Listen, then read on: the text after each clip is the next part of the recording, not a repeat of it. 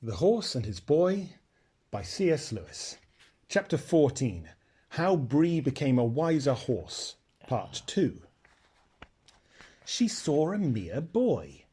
He was bareheaded, and his fair hair was encircled with a very thin band of gold, hardly thicker than a wire. His upper tunic was of white cambric, as fine as a handkerchief, so that the bright red tunic showed beneath. His left hand, which rested on his enamelled sword hilt, was bandaged. Aravis looked twice at his face before she gasped and said, "Why, it's Shasta!" Shasta all at once turned very red and began speaking very quickly. "Look here, Aravis," he said, "I do hope you won't think I'm got up like this, and the trumpeter and all, to try and impress you, or to make out that I'm indifferent, or any rot of that sort. Because I'd far rather have come in my old clothes, but they're burnt now, and my father said—" "Your father?" said Aravis. "Apparently King Lune is my father," said Shasta. "I might really have guessed it, Corin being so like me. We were twins, you see. Oh, and my name isn't Shasta, it's Cor." "Cor is a nicer name than Shasta," said Aravis. "Brothers' names run like that in Archenland," said Shasta, or Prince Cor as we must now call him. "Like Dar and Darin, Cole and Colin, and so on." Cor," said Aravis. "No, shut up. There's something I must say at once. I'm sorry I've been such a pig. But I did change before I knew you're a prince. Honestly, I did. When you went back and faced the lion." "It wasn't really going to kill you at all, that lion," said Cor. "I know," said Aravis, nodding. Both were still and solemn for a moment, as each saw that the other knew about Aslan. Suddenly, Aravis remembered Cor's bandaged hand. "I say," she cried, "I forgot. You've been in a battle. Is that a wound?" A mere scratch," said Cor, using for the first time a rather lordly tone. But a moment later he burst out laughing and said, "If you want to know the truth, it isn't a proper wound at all. I only took the skin off my knuckles, just as any clumsy fool might do, without going near a battle." "Oh." "Still, you were in a battle," said Aravis. "It must have been wonderful." "It wasn't at all like what I thought," said Cor. "But Cor, you haven't told me anything about King Lune and how he found out who you were." "Well, let's sit down," said Cor, "for it's rather a long story. And by the way, father's an absolute brick. I'd be just as pleased, or very nearly, at finding out he's my father, even if he weren't a king. Even though education and all sorts of horrible things are going to happen to me. But you want the story? Well, Corin and I were twins. And about a week after we were born, apparently they both took us to a wise old centaur in Narnia to be blessed or something. Now this centaur was a prophet as good as many centaurs are. Perhaps you haven't seen any centaurs yet? Well, there were some in the battle yesterday. Most remarkable people, but I can't quite say I feel at home with them yet. I say, Aravis, there are going to be lots of things to get used to in these northern countries." "Yes, there are," said Aravis. "But get on with the story." "Well, as soon as he saw Corin and me, it seems this centaur looked at me and said, 'A day will come when that boy will save Archenland from the deadliest danger which she ever lay.' So, of course, my father and mother were very pleased.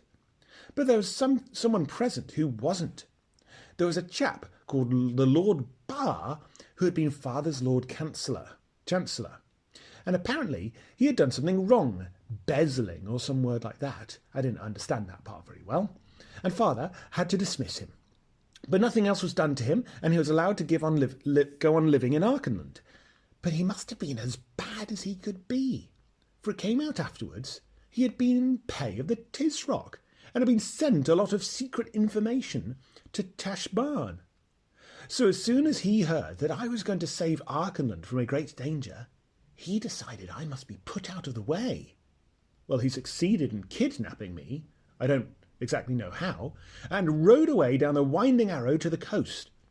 And he had everything prepared there. There was a ship manned with his own followers lying ready for him, and he put out to sea with me on board. But father got wind of it, and though not quite in time, and he was after him as quickly as he could, but the Lord Bar was already at sea when Father reached the coast, but not out of sight, and Father embarked in one of his own warships within 20 minutes. There must have been a wonderful chase. There were 6 days following Bar's galleon, and it brought it to battle on the 7th. There was a great sea fight. I heard a lot about it yesterday evening, from 10 o'clock in the morning till sunset, and how people took the ship in the end. But I wasn't there. The Lord Bar himself had been killed in the battle, but one of his men said that early in the morning, as soon as he saw that he was certain to be overhauled, Bar had given me to one of his knights and sent us both away in a ship's boat. And that boat was never seen again. But of course that was the same boat that Aslan, he seems to be back at the back of all the stories, pushed ashore at the right place for Harshish to pick me up. I wish I knew that knight's name, for he must have kept me alive and starved himself to do it.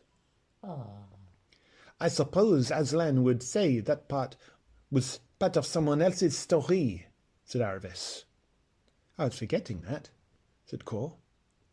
And I wonder how the prophecy will work out, said Aravis, and what the great danger is that you are to save Archenland from. Well, said Cor, rather awkwardly, they seem to think I've done it already. Aravis clapped her hands. Why, of course, she said. How stupid am I, and how wonderful! Archenland can never be in greater danger than it was when Rabadash crossed the Arrow with his 200 horse, and hadn't yet got through with your message. Don't you feel proud? I think I feel a bit scared, said Cor. And you'll be living at Anvard now, said Aravis rather wistfully. Oh, said Cor, I'd nearly forgotten what I came about. Father wants you to come and live with us. He says there's been no lady in the court, they call it a court, I don't know why, since Mother died. Do, Aravis, you'll be like Father, and Corin. They're not like me, they've been properly brought up. You needn't be afraid that... Oh, stop it, said Aravis. We'll have a real fight. Of course I'll come. Now let's go and see to the horses, said Cor.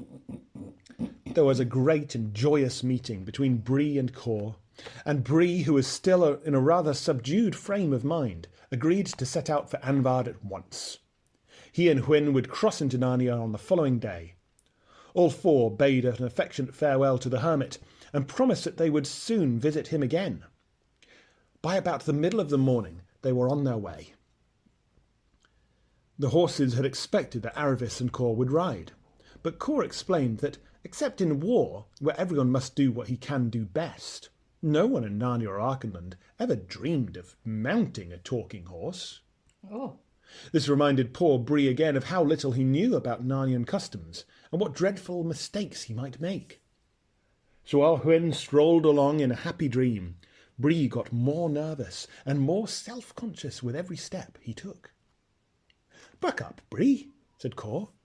"It's far worse for me than for you. You aren't going to be educated. I shall be learning reading and writing and heraldry and dancing and history and music, while you'll be galloping and rolling on the hills of Narnia to your heart's content." "But that's just the point," groaned Bree. "Do talking horses roll? Supposing they don't? I can't bear to give it up. What do you think, Hwin?" "I am going to roll anyway," said Hwin. "I don't suppose any of them will care 2 lumps of sugar whether you roll or not." "Are we near to that castle?" said Bree to Cor. "Round the next bend," said the prince. "Well," said Bree, "I'm going to have a good one now. It may be the last. Wait for me a minute." It was 5 minutes before he rose again, blowing hard and covered with broken bits of bracken. Oh. "Now I'm ready," he said in a voice of profound gloom. "Lead on, Prince Cor, Narnia and the North." But he looked more like a horse going to a funeral than a long-lost captive returning to home and freedom.